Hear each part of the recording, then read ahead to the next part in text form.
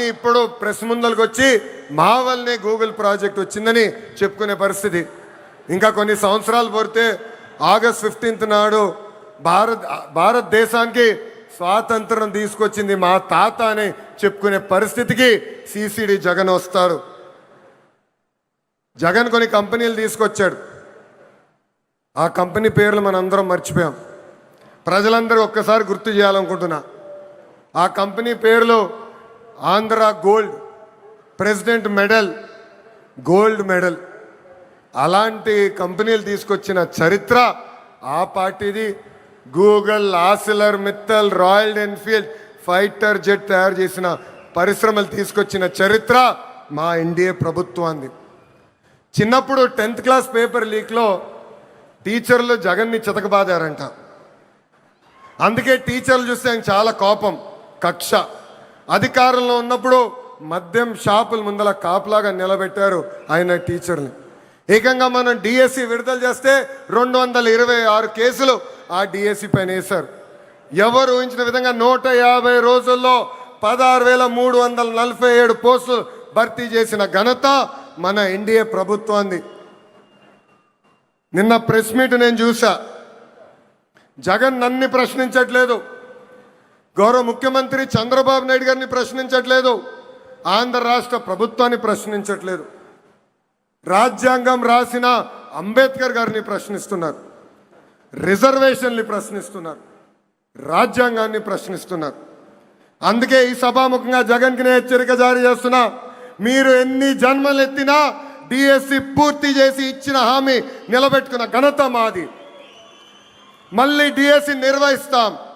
నిరుద్యోగ యువకులకి పెద్ద ఎత్తున ఉద్యోగాలు కల్పించే బాధ్యత ప్రజాప్రభుత్వం తీసుకుంటుంది. ఈ జగన్కి కనీసం దేశభక్తి అన్న కూడా లేదు. మేమందరం పోరాడి పెద్ద ఎత్తున సాగర్ డిఫెన్స్ అన్న పరిశ్రమని ఆంధ్ర రాష్ట్రానికి తీసుకొచ్చాం. వాళ్ళు ఏకంగా భారతదేశం డిఫెన్స్ కోసం బోట్లు తయారు చేసే పరిశ్రమ. కావల్లో కనీసం 1000 మంది మత్స్యకారుల పిల్లలకి ఉద్యోగాలు ఇచ్చే పరిశ్రమను మేము తీసుకొస్తే ఏకంగా వాళ్ళపైన ఆరోపణలు చేసి ఆ పరిశ్రమను కూడా తిప్పి పంపించాలని ప్రయత్నించారు. ఇప్పుడు విశాఖ ఉక్కు పైన కూడా మాట్లాడుతున్నారు. 2 సార్లు విశాఖ ఉక్కు సంక్షోభంలో పడితే ఆ ఉక్కు ఫ్యాక్టరీని కాపాడిన ఘనత, చరిత్ర ఒక ఎన్డీఏ ప్రభుత్వాన్ని. ఆనాడు ప్రధానిగా నరేంద్ర మోడీ గారు, ముఖ్యమంత్రిగా చంద్రబాబు నాయుడు గారు ఇద్దరు కలిసికట్టుగా పోరాడి విశాఖ ఉక్కుని ఒక్కసారి కాపాడారు. దాని ముందల వాజ్పేయి గారు ప్రధానమంత్రిగా ఉన్నప్పుడు, చంద్రబాబు నాయుడు గారు ముఖ్యమంత్రిగా ఉన్నప్పుడే మళ్ళీ విశాఖ ఉక్కుని మనం కాపాడుకుంటాం జరిగింది. మన విశాఖ ఉక్కులో ఒక యాక్సిడెంట్ జరిగింది. 9 మంది కార్మికులు చనిపోయారు. యాక్సిడెంట్ జరిగిన 3 గంటల్లో హోంమంత్రి గారు అక్కడికి వెళ్ళారు. 6 గంటల్లో కేంద్ర ఉక్కు శాఖ మార్చులు వచ్చారు. 12 గంటల లోపల ఏకంగా గౌరవ ఉప ముఖ్యమంత్రి గారు, నేను కూడా వెళ్తాం జరిగింది. అక్కడ కార్మికులు కలిసాం, చనిపోయిన కుటుంబాలని పరామర్శించాం. వాళ్ళకి ఒకటే హామీ ఇచ్చాం, కేవలం డబ్బులు ఇచ్చి చేతులు దులుపుకునేదానికి రాలేదు, శాశ్వతంగా మీ కుటుంబానికి అండగా నిలబడడానికి మేము వచ్చామని చెప్పాం. ఫుల్ టైం ఎంప్లాయీస్కి ఇప్పుడు ఏకంగా 2 కోట్ల రూపాయలు ఆ కుటుంబాలకి ఆదుకుంటాం జరిగింది. కాంట్రాక్ట్ ఉద్యోగస్తులు ఎవరైతే చనిపోయారో ఆ కుటుంబానికి 1 కోటి రూపాయలు ఇచ్చి ఈరోజు ఎన్డీఏ ప్రభుత్వం ఆదుకుంటుంది. ఇన్ని చేస్తున్నా అక్కడికి వెళ్ళి మా పైన ఆరోపణలు చేసి ఇచ్చే 2 కోట్లు వద్దు, 1 కోటి రూపాయలే ఇవ్వండి అని చెప్పే పరిస్థితికి వచ్చాడు పులివెందల శాసన సభ్యుడు. ఇది ప్రజలందరూ గుర్తుపెట్టుకోవాలని ఈ సభాముఖంగా కోరుతున్నాం. ప్రపంచంలో మనం ఎక్కడికి వెళ్ళినా భారతదేశ వైపు అందరు చూస్తున్నారంటే దానికి కారణం మన నమో గౌరవ ప్రధానమంత్రి శ్రీ నరేంద్ర మోడీ గారు. మొన్నే రష్యాకి వెళ్ళా, వాళ్ళందరూ ఆశ్చర్యపోయారు. ఇంత సమర్థవంతమైన నాయకత్వం భారతదేశానికి ఎలా వచ్చింది, పొలిటికల్ స్టెబిలిటీ భారతదేశానికి ఎలా వచ్చిందంటే కేవలం ఒక్క వ్యక్తి, అది మన నమో వల్లనే వచ్చిందని వాళ్ళు చెప్తాం జరిగింది.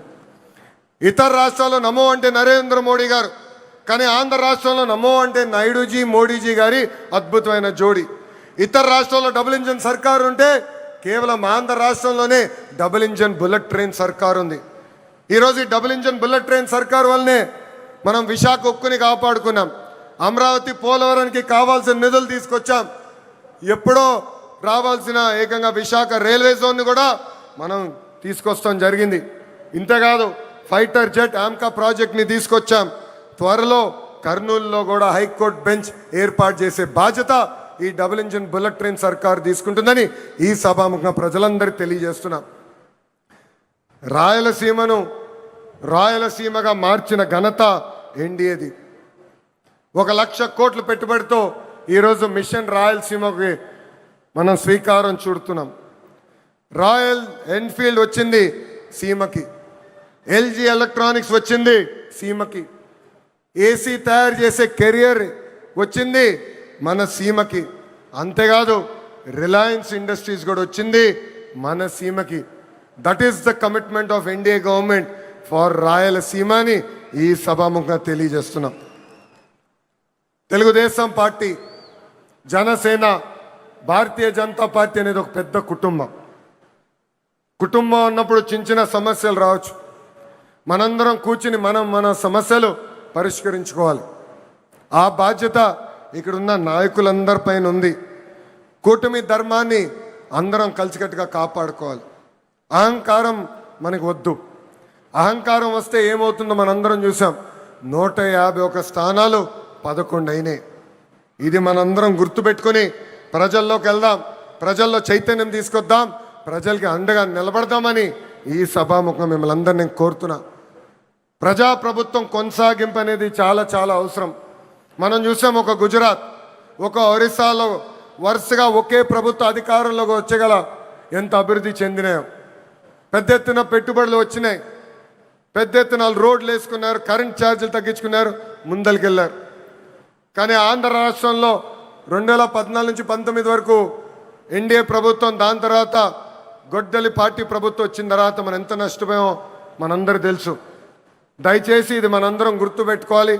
ప్రభుత్వం కొనసాగింపు అనేది ఎందుకు అవసరమో ప్రజలందరి దగ్గరికి వెళ్ళి చెప్పాలని ఇక్కడున్న కార్యకర్తలందరినీ నేను కోరుకుంటున్నాను. నేను ఫైనల్గా చెప్పేది ఒకటే, ఎన్డీఏతో వికాసం, గొడ్డలి పార్టీతో విధ్వంసం. గొడ్డలి పార్టీ రాష్ట్రానికి హానికరమని మనం తొక్కిన ప్రతి గడపకి చెప్పాలని ఈ సభాముఖం మిమ్మల్ని అందరినీ కోరుకుంటూ, నాకింత అద్భుతమైన అవకాశం ఇచ్చిన ప్రజలందరికీ పేరు పేరున నా హృదయపూర్వక ధన్యవాదాలు తెలుపుకుంటూ మీ అందరి దగ్గర నుంచి సెలవు తీసుకుంటున్నాం. చంద్రబాబు నాయుడు గారి నాయకత్వం, చంద్రబాబు నాయుడు గారి నాయకత్వం, పవనన్న నాయకత్వం, పవనన్న నాయకత్వం, నరేంద్ర మోడీ గారి నాయకత్వం, నరేంద్ర మోడీ గారి నాయకత్వం. జోహార్ అన్న ఎన్టీఆర్, జోహార్ అన్న ఎన్టీఆర్. జై తెలుగుదేశం, జై తెలుగుదేశం, జై హింద్. అందరికీ నమస్కారం.